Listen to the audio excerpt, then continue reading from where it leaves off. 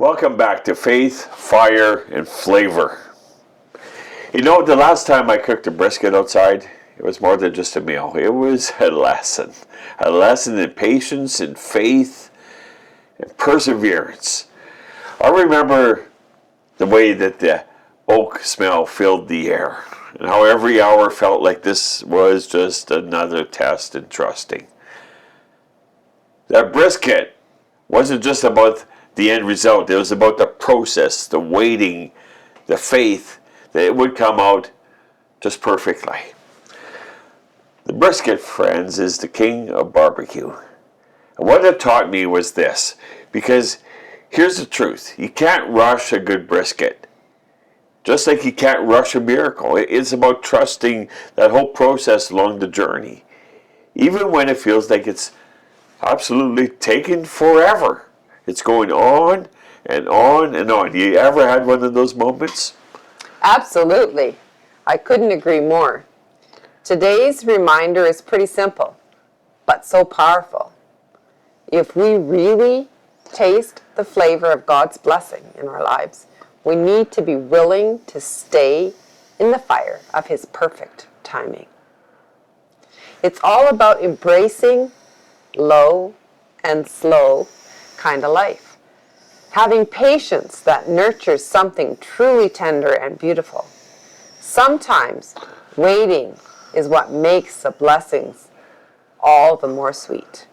I know, but the waiting part's so hard, isn't it, Karen? It sure is.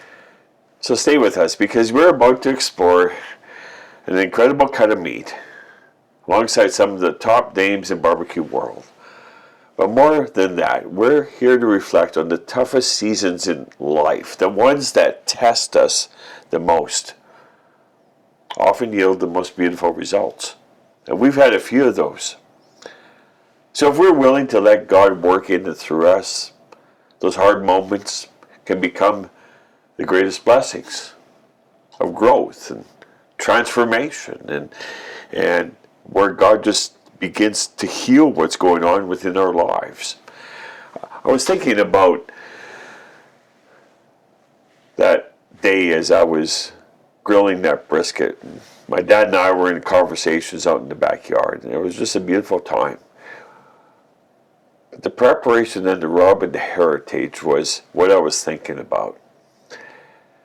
So Garth, you discovered this new spice on your last brisket cook. It's the big beef rub created by Prairie Smoke and Spice. I love the story behind this rub. Prairie Smoke and Spice was started by Rob Reinhardt out of Regina. He's a multi-time Canadian national barbecue champion. I love it. It's so tasty. It gets rave reviews from the people that I was able to share it with. I took my time and I seasoned that brisket the night before. I let it rest in the fridge. Sat there for 16 hours, soaking up those flavors, before I finally put it on my Pit Boss Classic pellet grill. Karen, there's something special about giving the meat that extra time to marinate and to develop, to age. It really paid off. It sure did. That's such a great parallel to our own journey, Garth. Oh, I so agree. You started years ago just experimenting in the backyard on your pellet grill. Lots of trial and error, lots of good stuff, lots of errors. So good stuff. Lots of errors, Karen. And we found out your own signature faith too. We have found our own signature faith too. Sometimes it's about discovering what really works for us spiritually. What seasonings bring out the best in your walk with God? I so agree with that, Karen. That's so exactly true. That seasoning reminds me of Colossians 4:6. Let your conversation be gracious and attractive so that you will have the right response for everyone. It's really important to live like that. Just like Rob's championship rub makes this meat attractive to the palate, our faith should be seasoned like Jesus. Our lives should emulate Jesus so that others are curious about the hope that's within us and they ask questions about it. I remember when I first started to share my faith more openly, and it felt awkward. I grew up in school, and I was like the shy kid, and I didn't talk to anybody. But I felt that I needed some seasoning. But as I grew in patience and authenticity, I saw how God used my imperfect efforts to make something beautiful in His time. The fire, low and slow. Now the brisket is a tough muscle. We used to just grind it up as a kid. I remember chopping it up into little chunks and throwing it into the grinder with my grandpa. But if you cook it fast, it's chewy and it's tough. Right? You have to go slow and low, and sometimes it takes 12, 14 hours, maybe longer. It's a test of patience. And that's the part we hate in our lives every day. We hate the waiting. Oh, yes. The fire of life can feel very uncomfortable, but that's where the transformation happens. The heat breaks down the tough connective tissues, turning something hard into tender goodness. I really like how it does that. It's exactly like James 1:4 says, so let it grow. For when your endurance is fully developed, you will be perfect and complete, needing nothing. That's a process of faith. God is growing our endurance. He's shaping us through the seasons of waiting, and yes, even through the seasons of heat, those trials and those tribulations. I think about our journey with Faith, Fire, and Flavor. Of actually pressing record to begin, yes. That was very difficult. But God kept us in a season of learning, and we still are in that season. Sometimes the slow burn process gives us the richest flavors. As we started to gather the essentials for our podcast, God kept reminding us we were meant to do this. We picked up some tools like cordless microphones and some other equipment. So I recall that season, and we're still in it, is a season of learning. As we started to gather the essentials for our podcast, God kept reminding us that we were meant to do this. So we started picking up tools like cordless microphones and other equipment. I also recall a season in our lives when everything seemed to be delayed. It was truly frustrating at that time. Yes. But now, looking back, I can see how that season strengthened our faith and deepened our trust in God's perfect timing. You know, we come back to the brisket, the stall, and the rest. It's not when you drive your standard and you go up a hill and you miss that gear and you stall and you start rolling backwards. That's not what I'm talking about. Every person who grills knows the stall. That moment when the temperature just stops rising, you feel like giving up, it just stops. It's like time stands still.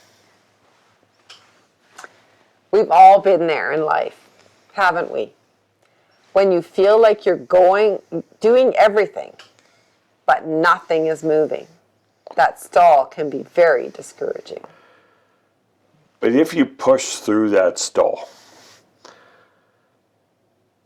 and let the meat rest afterwards, that's when the juices redistribute and becomes tender. For the rest is critical, is a part of that process.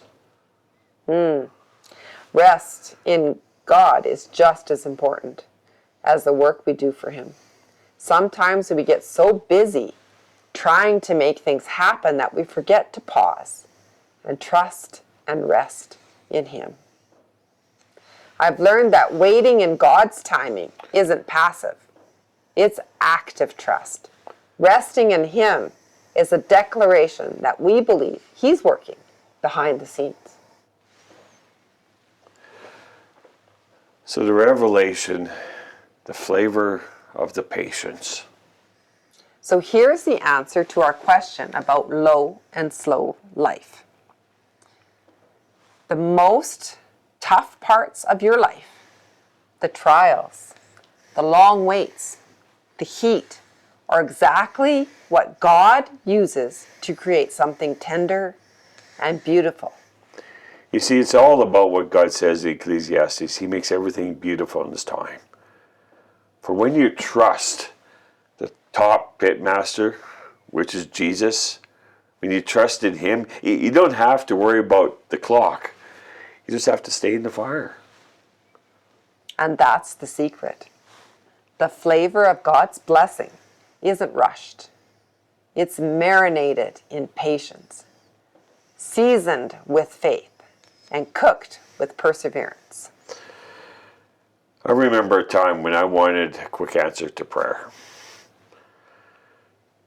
And God reminded me that some things are slow cooked, developed over time, not rushed. And that patience deepened my relationship with Him.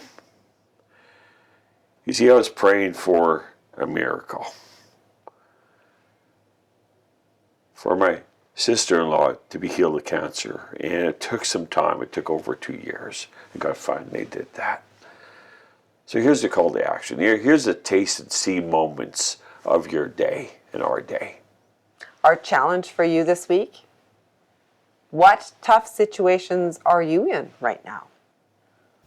What is one thing you're learning to be patient with right now?